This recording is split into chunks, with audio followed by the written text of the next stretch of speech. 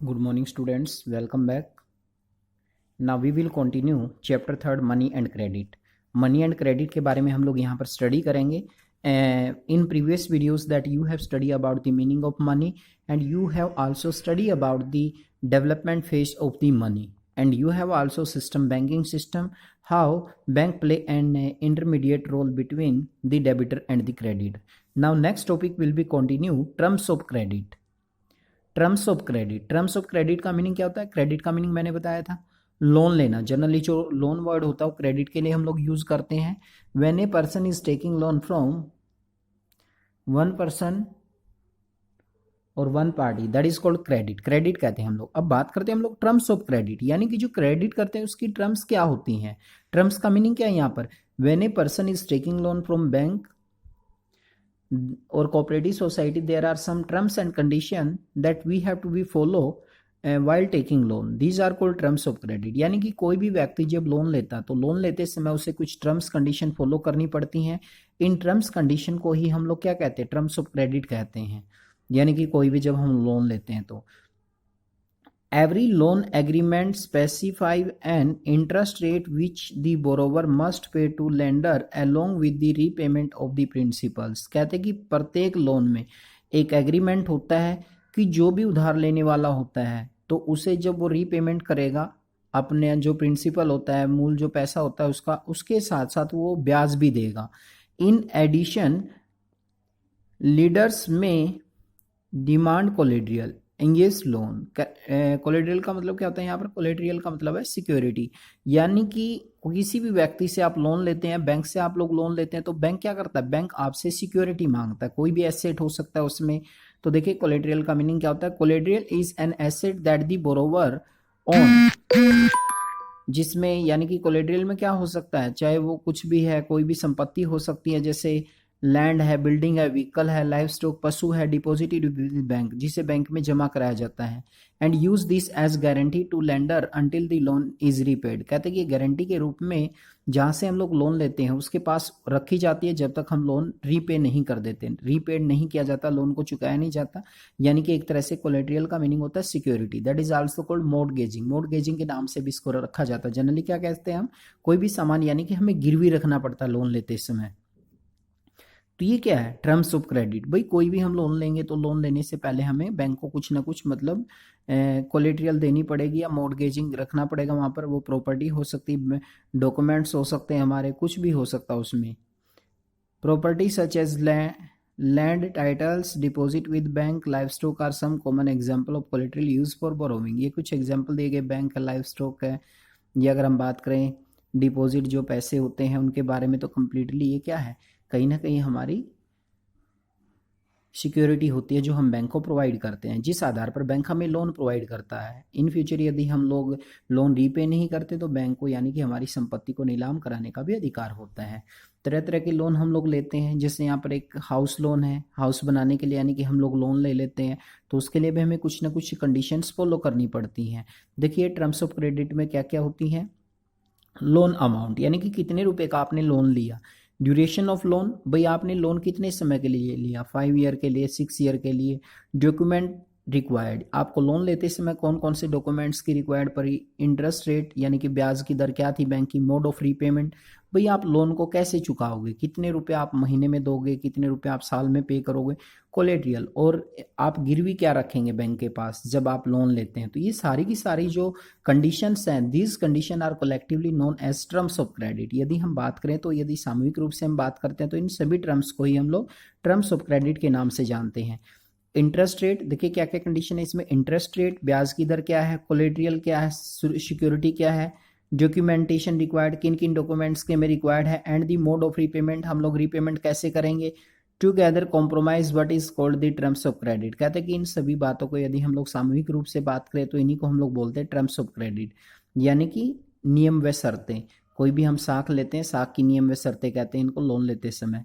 The terms of credit very sustainably from one credit arrangement to another. कहते हैं कि जो टर्म्स ऑफ क्रेडिट होती है वो अलग अलग होती हैं सभी के लिए. दे में very depending on the nature of the lender and borrower. कहते हैं कि जो लेंडर होता है, बोरोवर होता है, उसके नेचर पर डिपेंड करती है. The next section will provide example of the verifying terms of credit in difficult credit difficult credit agreements, कहते हैं कि अगले वाले सेक्शन में आप लोग डिस्कस करेंगे इन टर्म्स ऑफ क्रेडिट के बारे में। तो जनरली आपने जाना यहाँ पर what is the meaning of terms of credit.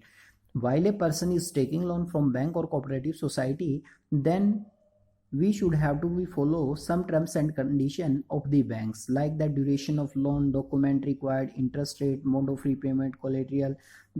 All these terms and condition is to be called terms of credit. इनको ही हम लोग terms of credit कहते हैं। कोई भी आप लोग लोन लेते हैं तो जनरली इन्हीं को हम लोग टर्म्स ऑफ क्रेडिट के नाम से जानते हैं। That is most important points. And there are some activities given here. Verify of credit arrangement, यानी कि यहाँ पर हम लोग बात करेंगे formal informal source of credit की। फॉर्मल सोर्स ऑफ क्रेडिट होता है when a person is taking loan from bank और cooperative society, that is called formal source of credit. आप लोग जानते हैं कि ज़्यादातर जो लोग हैं वो लोन लेते हैं, खासकर गांव के लोग अपने मनी लेंडर से, बैंक से, कोऑपरेटिव सोसाइटी से। These are called informal source of credit. So these are an example of credit arrangement. Loans from cooperatives, यहाँ पर लोन फ्रॉम कोऑपरेटिव्स कई बार क्या होते हैं, लोग अपने कोऑपरेटिव बना लेते हैं तो वहाँ से भी लोन हायर करने का काम करते हैं। ये सम एक्टिविटीज वर्क है। Now we will continue the next content. We have seen in the above example that people obtain loan from the various source. The various type of loan can be conventionally sourced as formal sector loan and informal sector loan. कहने का मतलब ये भाई अब credit करना है तो credit करने के लिए अपने पास जो सोर्स होते हैं वो टू टाइप्स होते हैं, formal source and informal source. Formal source में क्या होता है, when a person is taking loan, formal source bank और कोऑपरेटिव सोसाइटी आती है। इनफॉर्मल सोर्स में हमारी एक तरह से अगर हम बात करें मनी लेंडर है, कोऑपरेटिव मनी लेंडर है, कोई फ्रेंड है, रिलेटिव है, तो ये इनफॉर्मल सोर्स ऑफ क्रेडिट में आ जाते हैं हमारे। There are two types of source, that is most important question. Difference between formal source of credit and informal source of credit. Formal में आप लोग बैंक कोऑपरेटिव सोसाइटी को याद रखिए, इनफॉर्मल में आप लोग फ्रेंड्स है, रिलेटिव है, कोई भी मनी लेंडर हो सकता है, लैंडलॉर्ड हो सकता है, जहाँ से हम लोग लोन लेते हैं। Among the former are loan from bank and cooperative, कहते हैं कि फॉर्मल में अगर हम बात करें तो जब हम बैंक से या कोऑपरेटिव से लोन लेते हैं, the informal lender include money lender, trader, employ, relative and friends etcetera. कहते हैं कि यदि हम किसी ट्रेडर से, मनी लेंडर से, एम्प्लॉयर से लोन लेते हैं, रिलेटिव से लोन लेते हैं, these are called informal source of credit. You can see the various source of credit to rural household in India. Is more credit coming from the formal sector or informal sector? कहते हैं कि गांव में आप लोग देखते हैं कि इनफॉर्मल सेक्टर से लोन ज़्यादा लेते हैं। आप जाने कि गांव में लोग फॉर्मल सेक्टर से या इनफॉर्मल सेक्टर से लोन ज़्यादा लेते हैं। The reserve bank of India supervise the function of formal source of credit. यहाँ पर क्वेश्चन बनता है डिफरेंस बिटवीन फॉर्मल। अब फॉर्मल में बैंक कोऑपरेटिव सोसाइटी आते हैं तो वो किसके अंडर में रहकर काम करते हैं, reserve bank of India, RBI bank है, उनको सुपरवाइज करता है, उनकी फंक्शनिंग पर ध्यान देता है। For instance we have seen the bank maintain a minimum cash balance out of the deposit they receive. कहते हैं कि यहाँ तक कि सुपरवाइज करता रिजर्व बैंक ऑफ इंडिया, क्या अपना न्यूनतम मूल्य है, जो न्यूनतम जो बैलेंस है, क्या वो बनाए रखते हैं बैंक सभी अपने पास। The RBI monitors that the bank actually maintain the cash balance, और यहाँ तक कि बैंक उनकी देखरेख करता है आरबीआई बैंक, अन्य बैंकों की क्या जो एक्चुअल बैलेंस है वो बनाए रखते हैं या नहीं रखते हैं सभी के सभी बैंक इसमें। The RBI sees that bank give loan not just profit making business and trader but also a small cultivator। कहते हैं कि यहाँ तक भी ये भी डिसाइड किया जाता है कि जो आरबीआई बैंक है वो केवल कुछ लोगों को लोन नहीं देता बल्कि सभी को लोन देता है बिना किसी भेदभाव के। Small scale industry to small borrower etcetera, यानी कि छोटी इंडस्ट्री को और छोटे जो उधार लेने वाले होते हैं उनको भी लोन प्रोवाइड करता है bank. Periodically bank have to submit information to the RBI how much they are lending to whom at what rate interest, यानी कि यहाँ तक कि बैंक को अपनी जो इन्फॉर्मेशन होती है भाई वो क्या रेट ऑफ इंटरेस्ट पे लोन दे रहा है, ये सारी की सारी जो जानकारी है वो अपनी डिपॉजिट करानी होती है आरबीआई के पास। जितने भी बैंक होते हैं उन सभी पर एक तरह से कंट्रोल करने का जो काम करता है वो आरबीआई बैंक करता है। आरबीआई बैंक का मेन काम यही होता है। बैंक के ऊपर यहाँ पर अपना क्वेश्चन भी बनेगा बोर्ड के लिए, what are the main function of the reserve bank of India. RBI bank के मुख्य फंक्शन क्या है, तो क्या है, फॉर्मल सोर्स हैं जो अपने उनके ऊपर ये एक तरह से उनको सुपरवाइज करता है, उनकी देखरेख करता है।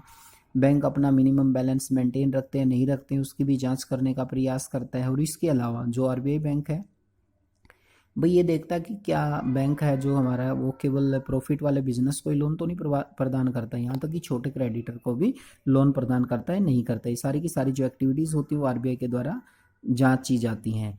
There is no organization which supervise the credit activity of lender in the informal sector, जबकि इनफॉर्मल सेक्टर में कोई भी ऐसा नहीं होता जो उसकी एक्टिविटी पर मतलब देख रेख करता है, उसको सुपरवाइज करता है। They can lend at whatever interest rate they, यहाँ तक कि वो ब्याज की दर क्या होती है उसके ऊपर भी किसी का कोई ध्यान नहीं आता। There is no one stop them, और उनको कोई नहीं रोक सकता ऐसा करने से, from using unfair means of get their money back. कहते हैं कि कई बार तो इनफॉर्मल सोर्स ऑफ क्रेडिट होते हैं वो पैसा वापस लेने के लिए गलत तरीके अपनाते हैं। Compare to the formal lender, most of the informal lender arrange much higher interest on loan. कहते हैं कि जो इनफॉर्मल सोर्स से लोन लेते हैं उनको ज़्यादा ब्याज की दर देनी पड़ती है। Thus the cost of borrower informal is much higher, इसलिए क्या है जो इनफॉर्मल सोर्स से लोन लेते हैं लोग उनको बहुत ज़्यादा पैसा पे करना पड़ता है। कहीं ना कहीं आप लोग देख रहे हैं कि इनफॉर्मल सोर्स में काम करने वाले जो इनफॉर्मल सोर्स से लोन लेने वाले व्यक्ति उनका कहीं ना कहीं बहुत ज़्यादा मतलब यहाँ पर लॉस हो रहा है, उनको बहुत ज़्यादा एक्सप्लोट किया जा रहा है। Higher cost of the borrowing means a large part of the earning to borrower use to repay the loan. यहाँ तक कि कई बार तो आपने देखा कि जो अर्निंग करने वाले होते हैं उधार ले लेते हैं, उधार लेने के बाद लोन लेने के बाद यानी कि उनकी बहुत सारी अर्निंग होती है वो क्या लोन में ही चुकाने में चली जाती है। Hence borrower have less income left for them self, इस तरह से जो बोरोवर होते हैं उनके पास बहुत ही कम इनकम बच जाती है। In certain cases high interest rate borrow can be means that the amount to be repaid greater than the income of the borrower. और कई बार तो ऐसा देखते हैं आप लोग इनफॉर्मल सोर्स से यदि कोई व्यक्ति लोन ले लेता है तो ऐसी कंडीशन में व्यक्ति को यानी कि लोन के नीचे एक तरह से वो कर्ज में दब जाता है और उसे अपनी सारी लाइफ निकल जाती है कर्ज चुकाने में, तो काफ़ी सारी प्रॉब्लम्स आती हैं इनफॉर्मल सोर्स ऑफ क्रेडिट के सामने। For this reason bank and cooperative society need to lend more, कहते हैं कि इसलिए आवश्यकता है बैंक कोऑपरेटिव सोसाइटी यानी कि फॉर्मल सोर्स ऑफ क्रेडिट को बढ़ावा देने की आवश्यकता है। This would list higher income and many people could then borrow cheaply for variety of needs, कहते हैं कि ताकि लोग कम से कम ब्याज की दर पर ज़्यादा से ज़्यादा अपनी नीड्स को पूरा करने के लिए लोन ले सकें। They could grow crop do business, फसलें उगा सके, बिजनेस कर सके, स्मॉल इंडस्ट्री सेटअप कर सके। They could setup new industry और trade in goods. Cheap and affordable credit is crucial for the country's development, कहते हैं कि यदि उचित ब्याज की दर पर और सस्ता लोन मिलता है तो उससे देश के विकास में भी मदद मिलती है। Okay student, now we will continue the last part in next videos.